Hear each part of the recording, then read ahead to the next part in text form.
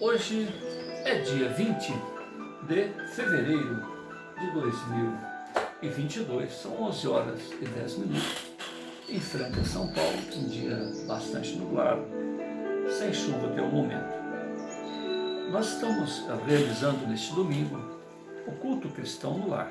Optamos pela leitura desta obra, A Morte e o Seu Mistério.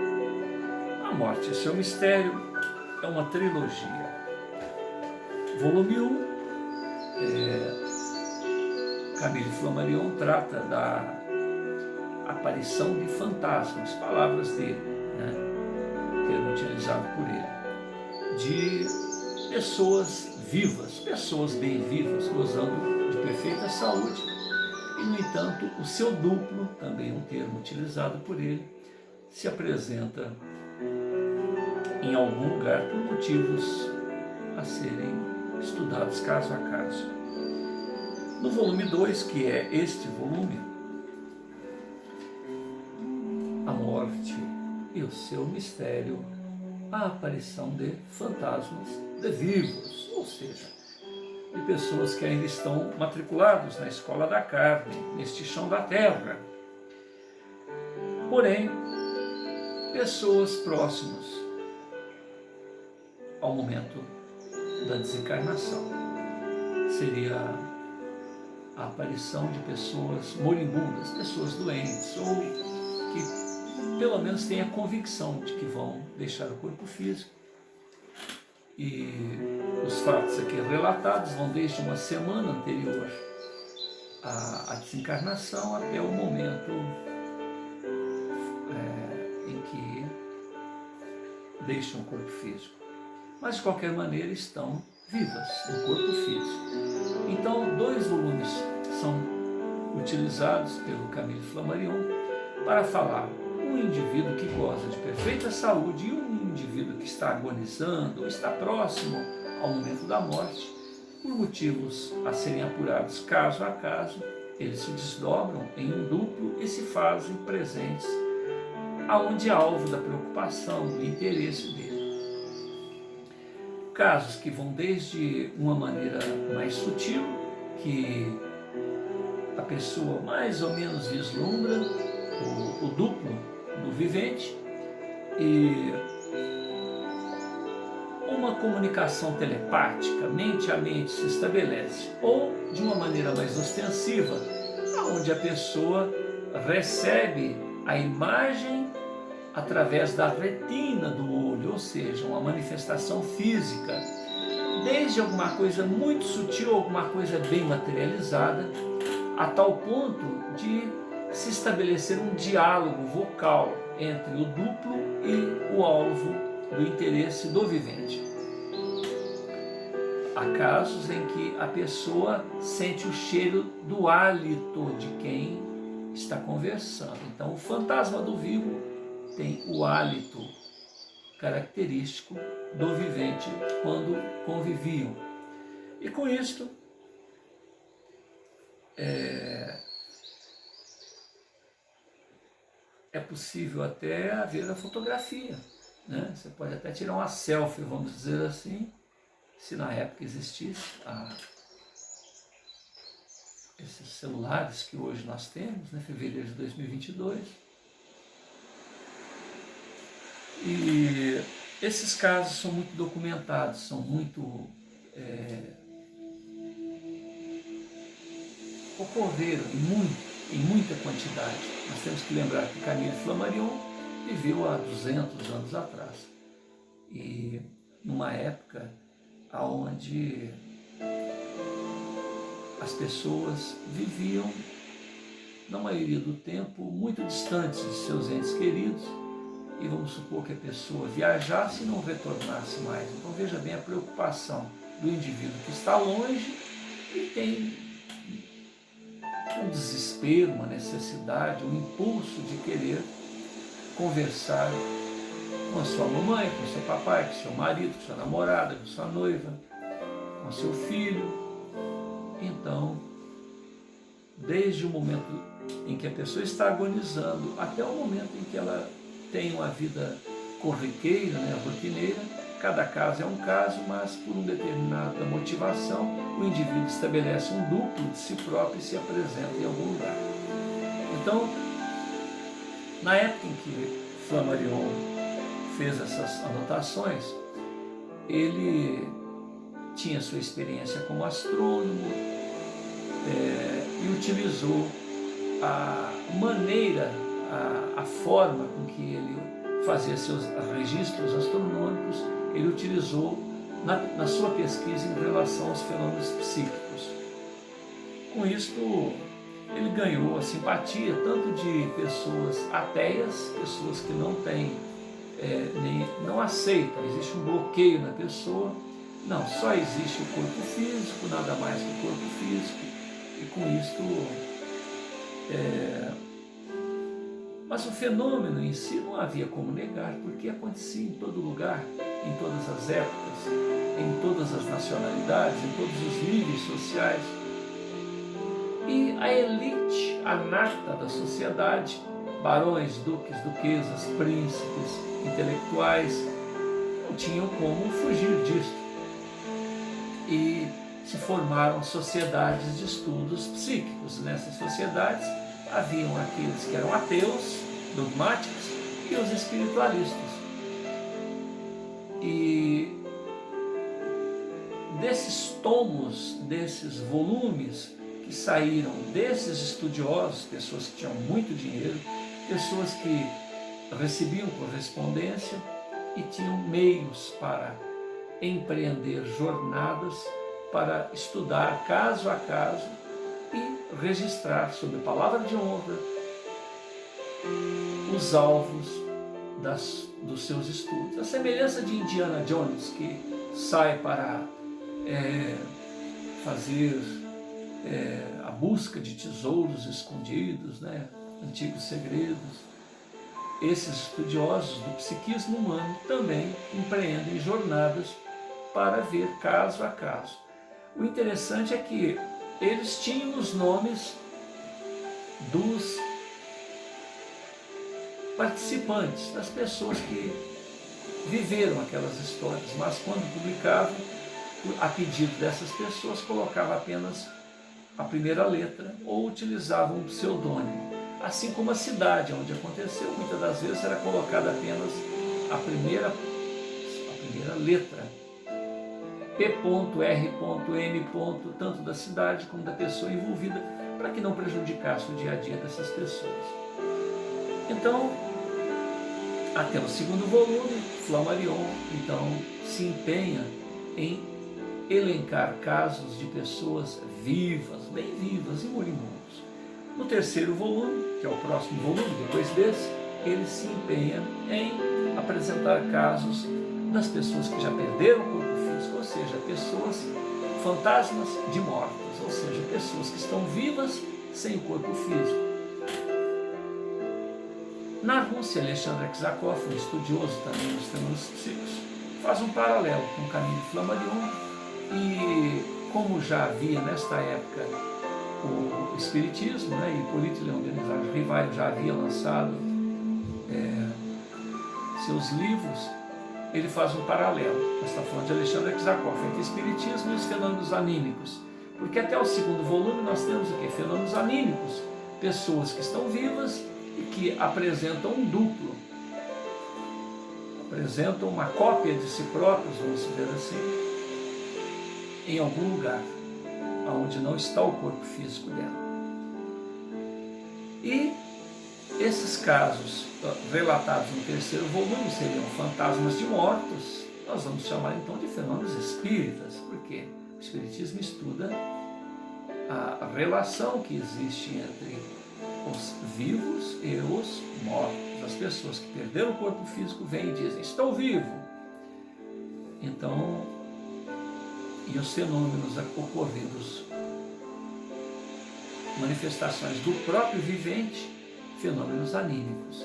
Tanto é que nas reuniões mediúnicas é muito comum as pessoas dizerem: não, isso é dele mesmo, não tem espírito aí não. Quer dizer, ele é um espírito. Ele é um espírito. Quem está falando é um espírito. É um vivente que, muito embora diga de si próprio, é um espírito. Porém, o espírito do próprio vivente, daquele próprio corpo físico, desdobrado, em estado alterado de consciência. Então, se chama a esta ocorrência onde o indivíduo, o próprio indivíduo, está apresentando situações, fenômenos, circunstâncias que não pertencem à sua memória no estado normal de consciência, mas que no estado alterado de consciência, né? No primeiro e no segundo volume aqui, manifestação de vivos, de pessoas que estão com corpo físico e se manifestam na forma de duplo. O que eles fazem? Eles predizem a própria morte. Dia tal, tal hora, morro, me vou. E as pessoas que receberam a presença do duplo falam, como? Daí, lembrando que tudo era difícil, correspondência, telégrafo, distância, né? Então, uma pessoa que morasse a determinada distância, dava até para você ir lá na casa dele, mas geralmente isso acontecia com pessoas que estavam muito distantes. Um filho em outro país, num estado longe de onde a mãe morava, ou a mulher, a esposa morava. Então, posteriormente, a correspondência confirmava a morte daquele indivíduo naquela data em que o duplo apareceu para o destinatário daquela mensagem.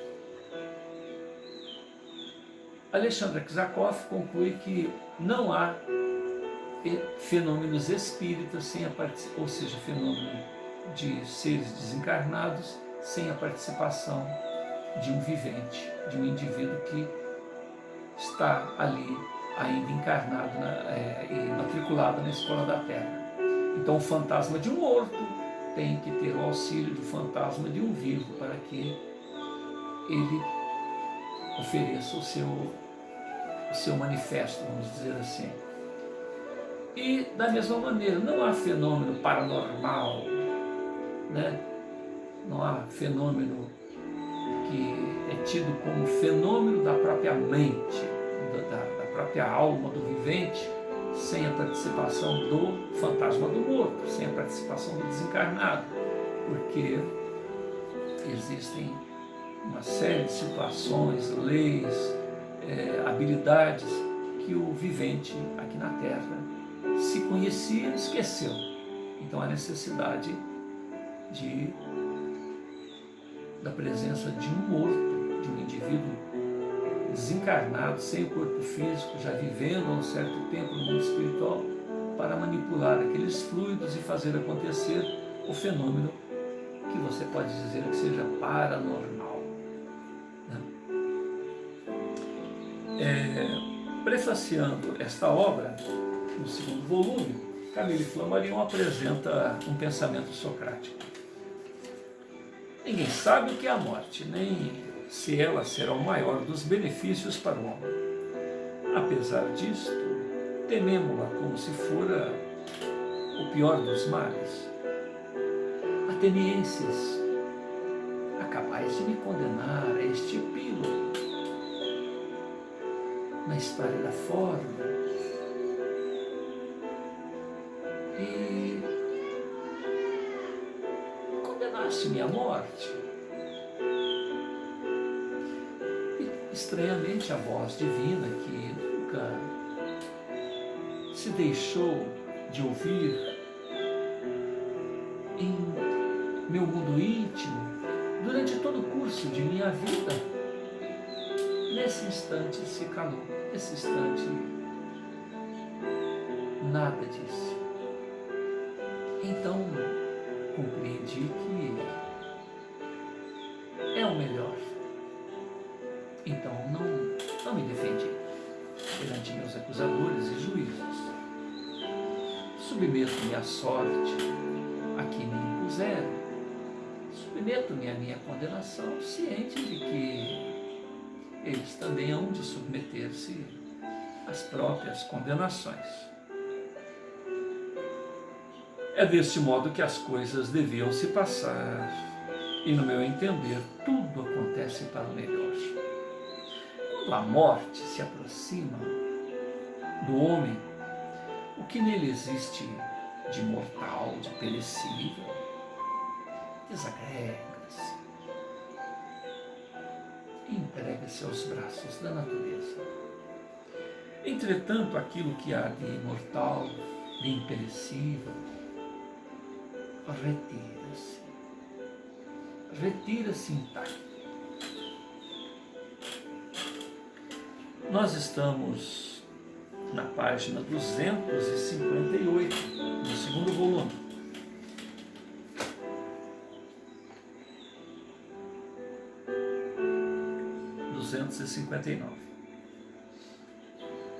Flammarion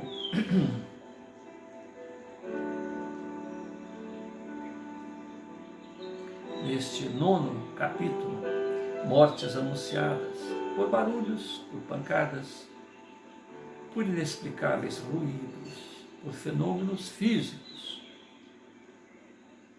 Utiliza-se um pensamento da obra Universo e Dinamismo.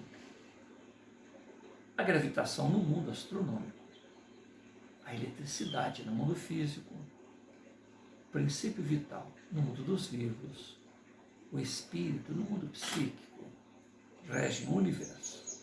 O universo é dinamismo. Então ele continua seus apontamentos. Parece-me que, em face do conjunto desse número de testemunhos, ser-nos-á impossível duvidar da realidade de tais casos, por mais inexplicáveis que sejam. O erudito escritor Eduardo Noel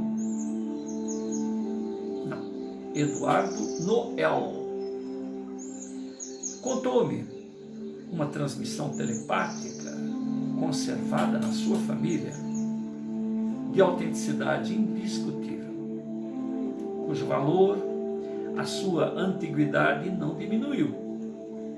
Eis um extrato de sua carta que me foi dirigida em novembro de 1918. O meu livro, A Segunda Viagem, de Micromegas ao Planeta Terra, aparecerá brevemente e confio que lhe agradará. Enquanto não se publica, constituo-me no dever de lhe assinalar para suas mãos sinceras, Flammarion, as escrupulosas investigações. Um incidente de telepatia ocorrido na minha família e que seguramente o impressionará. Tinha eu uma tia que vivia perto de Arras, com 2 R's. Em 1812 chamava-se Leblanc, e que tinha um filho oficial do exército francês, então na Rússia. Uma noite, durante o seu sono, foi despertada por um barulho insólito de saraivada ou de metralhadora. Acendeu a sua candeia e abriu a janela do quarto, podendo verificar que a noite estava calma e fazia um luar muito belo. O ruído cessara com a luz. Depois de alguns momentos de reflexão e sem que ela pudesse observar qualquer coisa de anormal em sua casa, tornou a se deitar, adormecendo. Apenas cerrava os olhos e a mesma crepitação de metralhadora acordou-a novamente. Então, inquieta, pensou no filho. Estevão! Estevão não voltará mais. Aproximou-se da sua pequena secretária, escreveu a sua reflexão em um livro de apontamentos, aguardando a manhã seguinte. A partir deste dia, não tornou a receber notícias do seu filho. Firmada a paz, dirigiu-se ao Ministério da Guerra, sabendo que seu filho caíra morto no mesmo dia em que ela fora angustiada pelo fenômeno mencionado. Quem assina é Eduardo Noel, firmando o texto, e foi registrada no arquivo pessoal de Camille Flammarion a carta de número 4059 e 57. 4057. Repitamo-lo, comenta Flammarion. Até o presente era-se levado a atribuir estes ruídos correspondentes a falecimentos, a alucinações do ouvido, a fortuitas, oportunas coincidências. Do mesmo modo que as visões às perturbações da vista. Estas coincidências são conhecidas, muito numerosas. Agora que as estudamos seriamente, para que esta apreciação superficial possa subsistir, foi no espírito da senhora Leblanc que tudo se passou. Nada no exterior. Impressão mental. Como se produziu esta forma de advertência?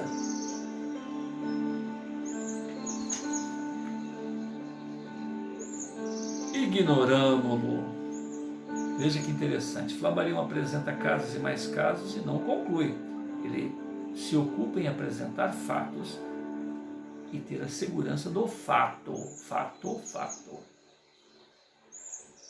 Como notamos no princípio deste capítulo, o propósito de S.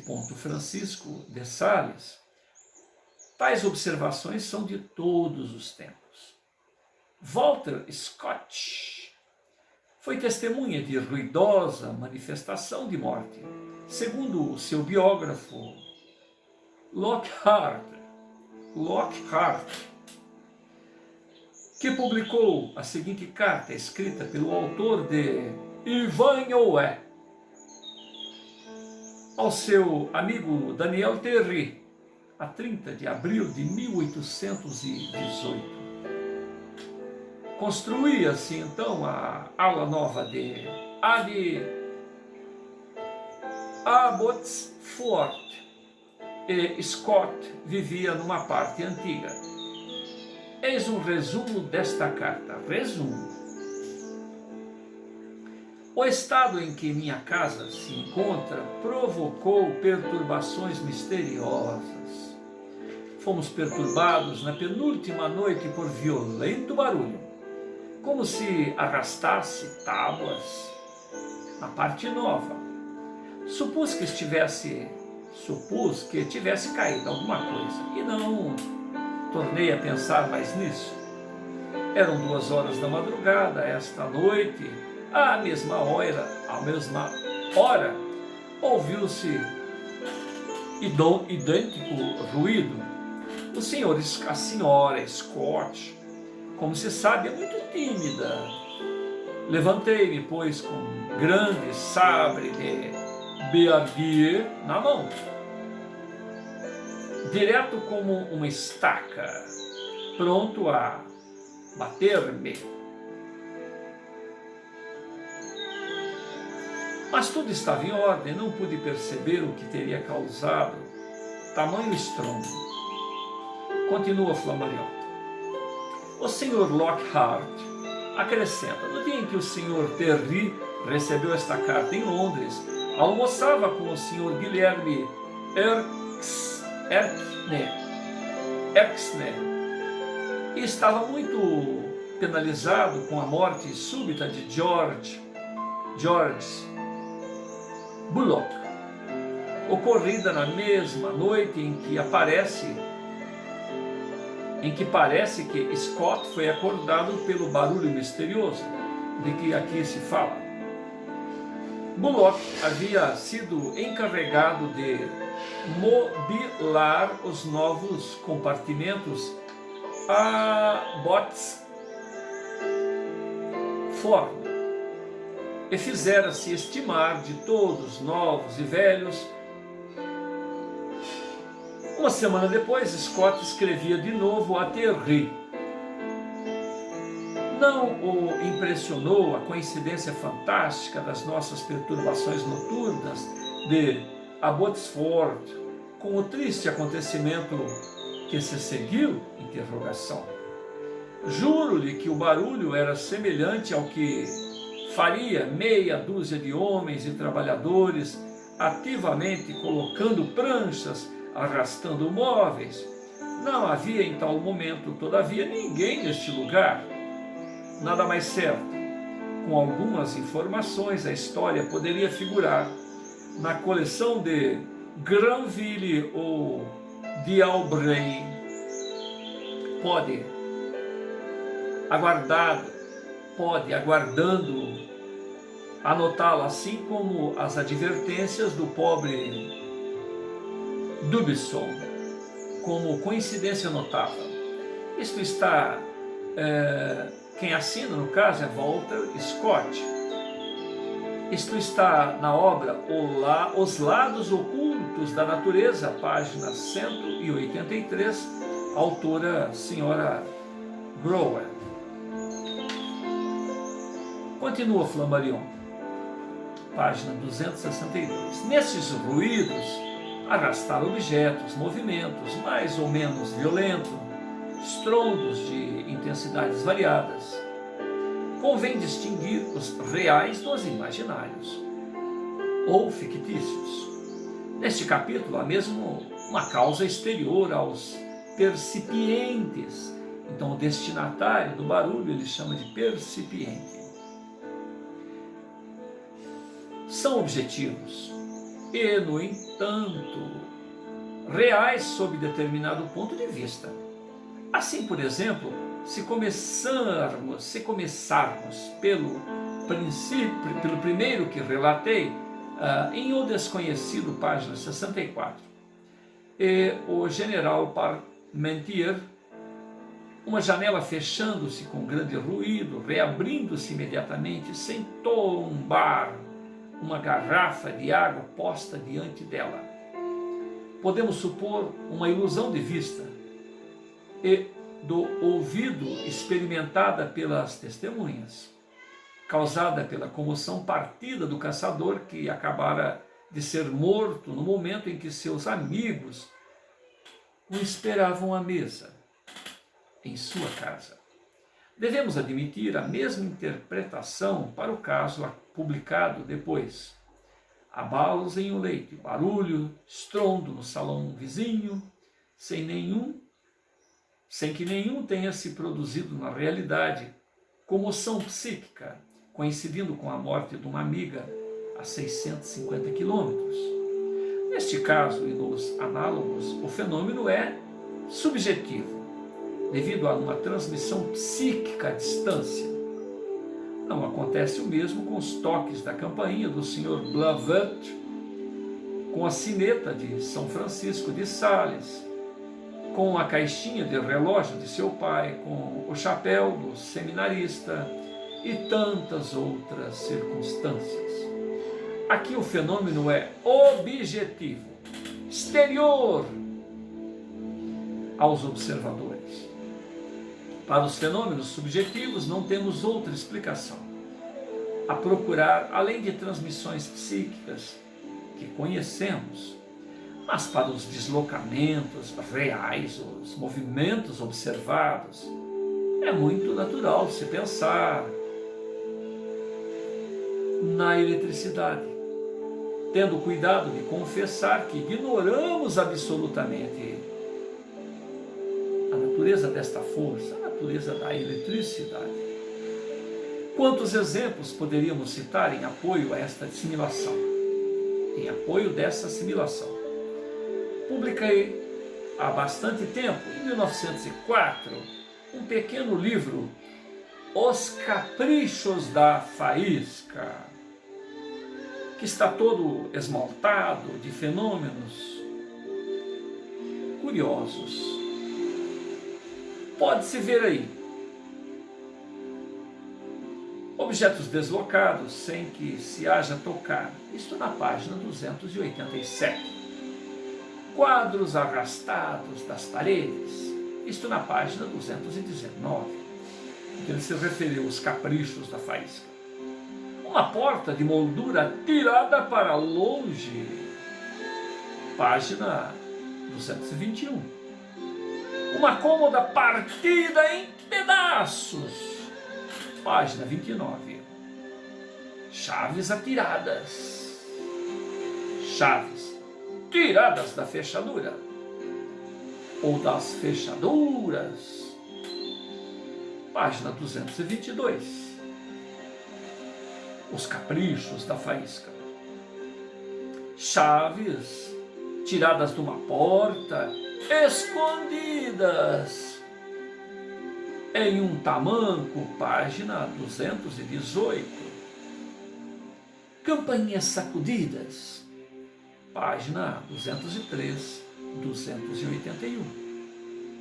Relógio parado, regulador desacolchetado, página 208. Relógios que estavam parados, postos a trabalhar, página 196. Relógios magnetizados, página 209. Velas, bicos de gás, eletricidade, acessos. Não, repetindo. Lembrando que a eletricidade era gás, né, nessa época. Velas, bicos de gás, eletricidade, acesos e apagados, ou apagados. Estava aceso, apagou, estava apagado, acendeu. Página 219, 226. Espelho despregado, posto delicadamente no chão. Espelho despregado, colocado delicadamente no chão. Página 24. Pedras atiradas numa lareira, postas de lado de uma criança adormecida. Caramba, isso. Tirou pedra da lareira, colocou ao lado de uma criança adormecida. Página 137. 3 crianças deitadas, lançadas, sãs e salvas, fora de uma casa. 3 crianças jogadas fora de uma casa, sã e salva. Ao passo que o leito onde estavam é partido em 1000 pedaços. O leito então se espedaça, 3 crianças são arremessadas fora da residência de maneira a não causar-lhes qualquer ferimento. Página 216. Os caprichos da faísca. Travesseiros projetados à distância, sem o menor incômodo para a criança adormecida que nele tinha a cabeça. Travesseiro projetado à distância, sem o menor incômodo para a criança adormecida que tinha nele a cabeça. Página 214. Caprichos da faísca. Pedras pesando centenas de quilos, precipitadas ao longe. Página 210. Os caprichos da faísca. Chapéu voltado, chapéu virando, né? Página 217. A faísca em forma esférica empurra uma porta e entra visitante insólita. A faísca, então, uma bolinha, né? Como se fosse uma bolinha de sabão, que eles chamam de faísca, porque à época a eletricidade era um fenômeno novo. Tanto é que a eletricidade era bico de gás. Vamos lembrar disso. A faísca em forma esférica empurra uma porta e entra visitante insólita. Página 86. Os caprichos da faísca. A faísca em forma esférica. Então veja bem que interessante, né? Uma bolinha de sabão, só que elétrica, segundo ele, brinca ao lado de uma rapariga sem lhe fazer nenhum mal. página 19. Mulher mascarada de homem é posta completamente nua pela faísca. Que isso? Mulher mascarada de homem é posta completamente nua pela faísca, página 25. Uma fulminada é despida e os seus vestuários dependurados numa árvore. Que é isso, minha gente? Página 26. Os caprichos da faísca. Mulher mascarada de homem é posta completamente nua pela faísca. Página 25. Uma fulminada é despida e os seus vestuários dependurados numa árvore. Página 26.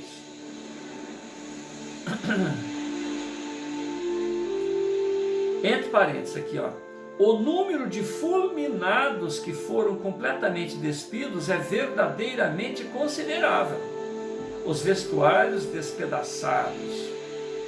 Caramba, isso, a pessoa recebeu um golpe de faísca elétrica, despedaçou a roupa das pessoas. Falou que o número dessas pessoas é considerável. Os vestuários são despedaçados e o calçado arrancado violentamente, e o fulminado levanta-se são e salvo. Que é isso, gente? Uma faísca elétrica, que ele chama de faísca elétrica, né? Então ele chama de fulminado, mas não morto. A pessoa recebe um golpe de faísca elétrica, a roupa sai do corpo, despedaça ou é colocada em cima de árvores, o sapato arrancado do pé, colocado numa árvore. Página 62. Nessa página 62 aqui, tem uma observação. A 9 de dezembro de 1907, no Rio de Janeiro, gente, Brasil, um tenente do Exército, o senhor A. de Vasconcelos, foi lançado ao chão por uma descarga elétrica, o sargento A. de Vasconcelos, com 18 homens que rapidamente se levantaram, como que impelidos por uma mola. Veja bem, no Rio de Janeiro, o sargento A. de Vasconcelos, com mais 18 colegas, recebem uma faísca elétrica, que não é elétrica, nada, né? É porque a interpretação do Flammarion, porque na época, vamos repetir, a eletricidade estava começando, tanto que as casas eram acesas a bico de gás, a luz, né? A iluminação. 18 pessoas recebem um rojão de faísca elétrica, são jogados longe e imediatamente, como se fosse uma mola, se levantam. Jogou, bateu no chão como se fosse uma molinha, um objeto de borracha, ficar em pé de novo. O oficial que os comandou parecia...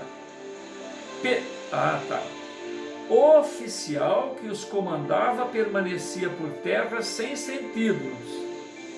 Então 18 pessoas, inclusive o oficial que comandou, ficou desacordado. E os outros foram arremessados, bateram no chão, pularam de novo, ficaram em pé de novo. O seu calçado fora despedaçado e atirado para longe. Então o oficial teve o sapato despedaçado, arremessado longe, ficou desacordado. Os outros viraram molinha, né? Bateu, quicou, ficou em pé de novo. O oficial não ficou morto. Quando o quê? Quando duas mulheres... não entendi.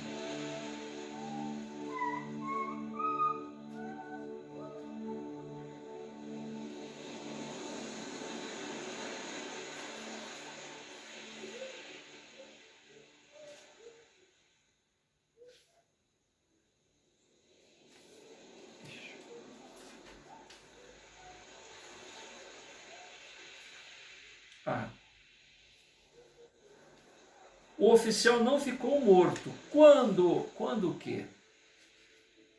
lhe mostraram estas peças comprovativas, foi o primeiro a mostrar o seu espanto. Mandem-nas para a França, a Flammarion. Olha para vocês verem o quanto Flammarion era. Então, oficial do Rio de Janeiro, Brasil, de nome, é um tenente, hein? A Vasconcelos, isso em 9 de dezembro de 1907. O oficial, mais 18 colegas marchando, cai uma faísca, os 18 quicam no chão, bate no chão e fica em pé outra vez quicando, e o comandante lá fica no chão lá descalço, com o sapato despedaçado. Ele fala: mande para Flammarion. E estas peças se encontram no museu do meu observatório, em Juvisy. Que isso! O sapatinho da turminha do Rio de Janeiro, em 1907, está lá no observatório de Juvisy, espatifadinho. Caramba, gente! Continua. Da obra Caprichos da Faísca, isto? Caprichos da Faísca. Duas mulheres faziam tricô. A faísca arrebentou-lhes com presteza a agulha. Então as mulheres faziam tricô e um raio vem e pimba, arrebenta as agulhas de tricô. Página 27. Um relâmpago mata um padre ao altar, leva a hóstia e vai escondê-la entre caliça. Mata o padre, esconde a hóstia. Página 28. O moço moleiro é aberto em dois, vixe, da cabeça aos pés. Página 28. A coronha de uma espingarda é arrancada, levada para compartimento próximo. Página 219. São fundidas balas dentro do cano de uma espingarda sem que a pólvora se inflamasse. Então um raio funde as balas dentro do cano da espingarda sem que a pólvora dispare. Página 224. Um rapaz atravessando uma praça é atingido por uma faísca e atirado para uma distância de 50 metros. Ele próprio me comunica o fato. Então o rapaz, arremessado 50 metros de distância, sobrevive e comunica o fato a Flammarion. O chapéu é lançado a 10 passos de distância sem que haja o menor sopro do vento. Página 130. O caso do rapaz arremessado lá, página 120, se eu não falei. No meio de brilhante soirée dançante, a faísca entra pela chaminé, cobrindo de fuligem os pares que dançavam, transformando-os em negros. Página 137. Corpos reduzidos a cinzas, ficando intactos os seus vestuários. Uma faísca pulveriza os corpos sem danificar as suas roupas. Em oposição a isto, vestes queimadas, ficando intactos os corpos. Página 123. Então, Caprichos da Faísca. Pulveriza o corpo e deixa a roupa. Pulveriza a roupa, deixa o corpo. Colares de ouro, volatilizados, sem deixar o menor traço.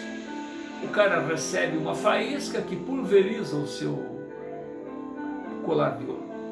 Página 195. dobraduras tiradas a caixilhos, página 205, pregos arrancados a um canapé forrado de cetim, levados para baixo de uma telha no telhado da casa, página 199. Então, você arranca os pregos de algum lugar, de um canapé, e os esconde dentro do telhado. Ai, ai. Vidros fendidos, vidraças sutilizadas. Caramba. Página 215. Moedas roubadas pela faísca. A faísca surrupiou as moedas. Página 209. Pratos em pilha, quebrados, de 2 a 2. Página 222. E casos, quantas outras extravagâncias poderíamos acrescentar a estas, vamos usar o termo dele, caprichos da faísca. Em julho de 1911, a faísca caiu no gabinete do chefe da estação de Figanieres Var e esvaziou todos os tinteiros, sem deixar qualquer parte a menor mancha de tinta. Então, a faísca que caiu dentro dos tinteiros, esvaziou os tinteiros sem borrar nada, sem quebrar nada. No mesmo mês, em Vinon, próximo a Toulon, esvaziou uma canoa com 3 metros de água. Caprichos da faísca, o nome da obra. As fotografias feitas pela faísca. Então a faísca também virou fotógrafo, virou um laser. Apresentou faísca. Então a faísca fotografou alguma coisa. Dei outrora o nome de raios cerâmicos. Então foi batizada a faísca que tira fotografia, a faísca que produz fotos. Raios cerâmicos e raios fulgurantes. Alguns exemplos. Agora eu vou deixar vocês curiosos. Página 265. Vou deixar vocês curiosos. Vão ter que ver o próximo vídeo. Tá no celular? Eu não peguei, tá com o Gabriele. Gabriele, ué. Tá mesmo? Ué, ué. Por que eu tô com o celular?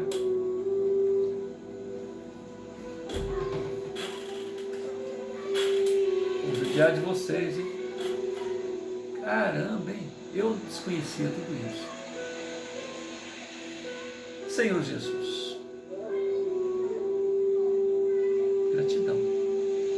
Gratidão por ter a oportunidade de ver os apontamentos de Camille Flammarion, que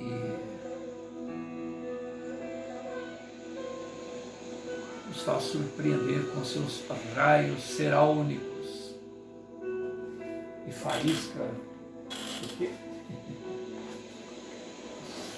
Ah, meu Deus, cada coisa, viu?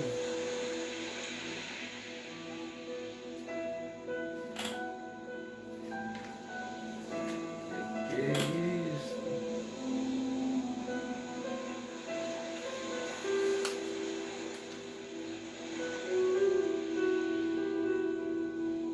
Gente, ele vai contando coisas e mais coisas.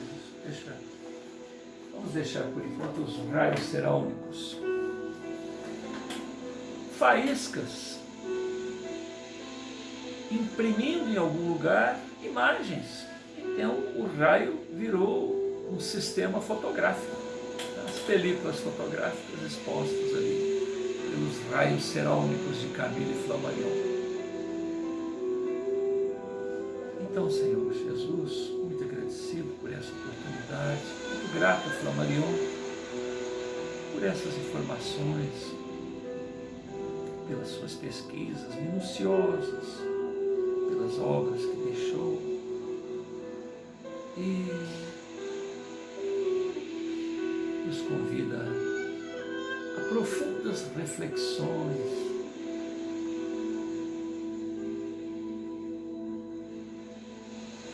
como tudo isso é possível. Acaso? Coincidências? Ou seres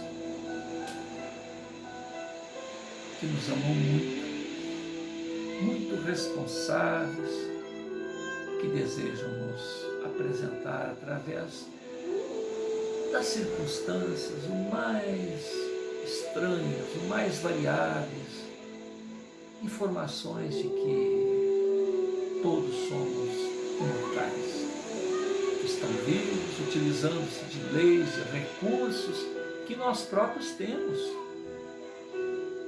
Porque Flammarion apresenta fatos dos viventes em 2 volumes e fatos dos já sem o corpo físico em 1 volume.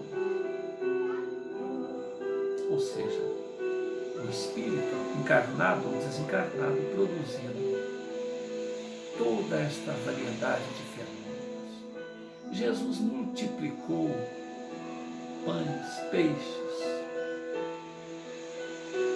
transformou água em vinho, restabeleceu a saúde a corpos apodrecidos, defeituosos, mortos, segundo a concepção científica ou médica da época,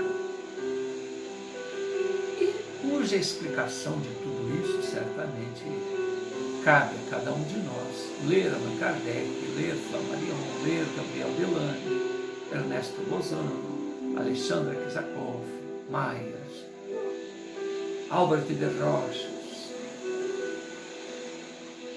Se eu não me engano, Albert de Roches apresenta um livro chamado Levitação. Se eu me enganei o autor, pelo menos o livro está aí, produzido pela própria Federação Espírita Brasileira, onde se mostra casos de pessoas que estão ali num momento de êxtase, o normal, e de repente anula-se a gravidade. Por qual processo? Como isso é possível? Levitações associadas às curas, levitações associadas a outros fenômenos, produzidas por padres, produzidas por pessoas que não têm nenhuma ligação doutrinária com a fé religiosa. Enfim, a vida é repleta de mistérios, situações que nos levam a buscar compreender além da rotina que cada qual está vinculado.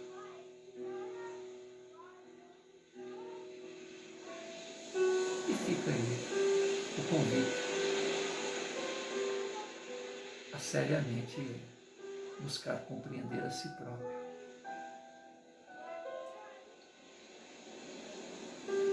Jesus disse: vós sois deuses, o Pai Nosso, ou seja, Pai Nosso, Ele é nosso irmão. Alguém nos criou, Ele e a nós. Somos deuses, o Papai do Céu é Deus. Alguma coisa há de ser avaliada nessas palavras. Aquilo que eu faço, vós podeis fazer, e muito mais, se eu quiserdes. Antes que o mundo fosse, eu já era. E o Verbo disse: haja luz, haja seres viventes, haja a flora, a fauna, haja a separação das águas superiores e inferiores, haja isto, haja aquilo. E o Verbo se fez carne habitou entre os homens e não o reconheceram. Eu sou o caminho, verdade e vida. Ninguém vai ao Pai senão por mim. Alguém duvida que ele deixou de dizer que o que ele, o Verbo, faz, nós podemos fazer? Então o nosso Verbo também é Criador? O que ele faz, nós podemos fazer. Mas qual o caminho? Como assumir este potencial? Amai-vos uns aos outros como eu vos amei. Observar. Os discípulos de João chegam em Jesus. Mestre, o João está lá com uma duvidazinha lá na prisão, ele vai ser decapitado e ele mandou perguntar se você não perdeu tempo, né? Se ele não confiou em ti e se o Senhor é realmente quem deveria, seria aquele que veria. Olha que ele lá na hora do batismo disse, este é o Filho de Deus Altíssimo, os céus abriram, a pomba apareceu e de repente ele está lá questionando no momento de retornar ao plano espiritual se realmente ele era. Os cegos enxergam, os coxos andam, mortos são ressuscitados. Vede as obras. Se eu não fosse um com o Pai, se o Pai não testificasse as obras em mim, eu não estaria com ele. O Filho testifica o Pai testifica o Filho, se um e outro se testificam, então, pela tua lei, estás testificado, homens. Olha que inteligência, que jogo de informações. Eu sou. Jesus chega lá no templo e diz, leu. Fecha o livro e diz, está tudo consumado. Como consumado? Estamos aguardando o Messias. Eu sou o caminho, a verdade, a vida. Eu sou quem vocês estavam esperando. Pronto. Olha que coragem, que autoridade. Que dificuldade. Só o representante do Altíssimo para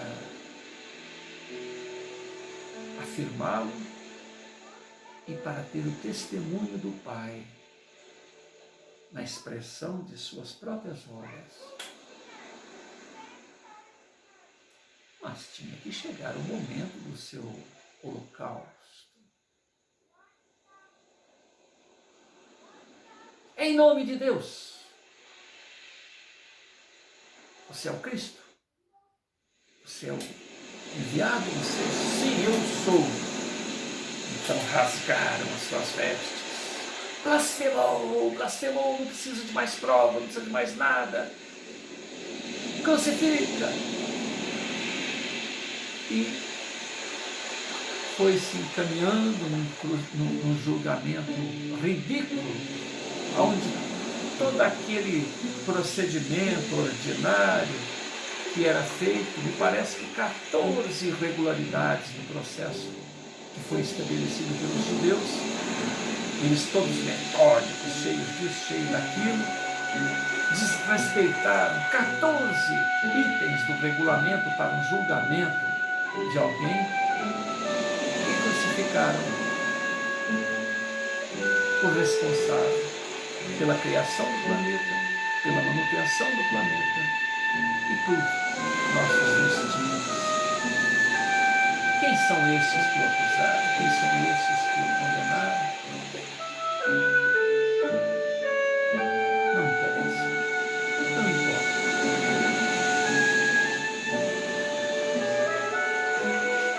Pai, Se possível, afasta de mim este cálice.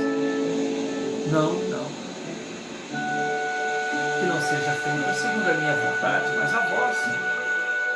Os profetas antigos já falavam de tudo aquilo que ele teria que passar. Eu teria que trilhar o caminho do Gólgota e dizer com o último suspiro: Pai, está tudo consumado. E só nesse instante aqueles seus acusadores, aqueles juízes que se respeitaram, os 14 itens, as 14 irregularidades durante o seu processo de julgamento, entenderam que ele era o enviado. O céu escurece, chuva torrencial, o chão racha, treme, os defuntos saem de suas tumbas e vão andar por toda a cidade. O véu do templo se rasga de cima e embaixo.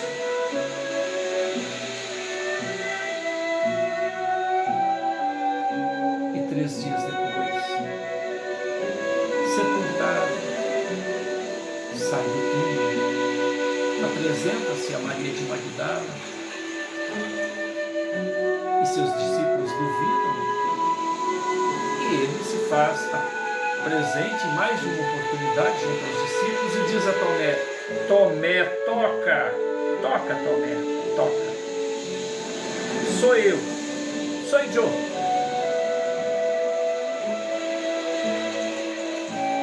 E finalmente, diante de uma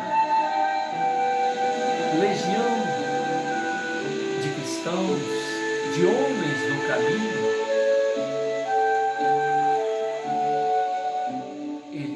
faz a sua ascensão gloriosa, deixando seguros em cada um de nós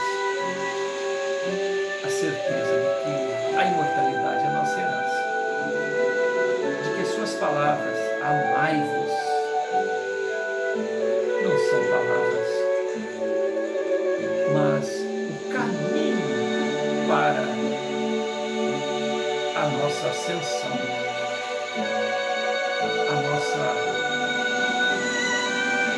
o nosso crescimento espiritual e a nossa participação segura junto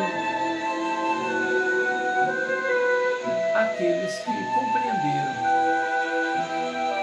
a sua situação de deuses.